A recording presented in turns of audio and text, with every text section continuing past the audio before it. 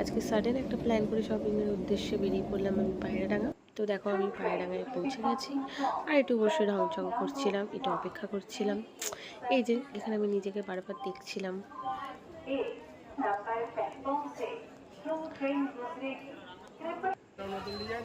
তারপর চলে আসলো আমার শপিং পার্টনার্স।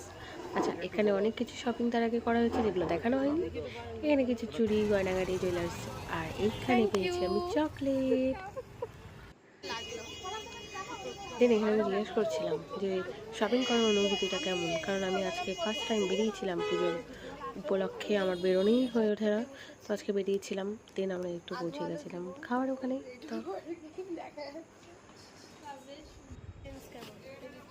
আচ্ছা, তার আগে খেয়েছিলাম হচ্ছে কুলফি, এটা তার আগেই খেয়েছিলাম। যাই হোক, তারপরে ওখানে গিয়ে পৌঁছে আমরা মোমোস খেয়েছিলাম, চিলি চিকেন খেয়েছিলাম,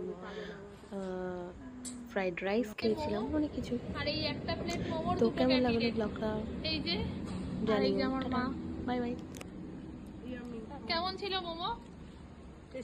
টেস্টি। আমি হাতে বানাবো ভেবে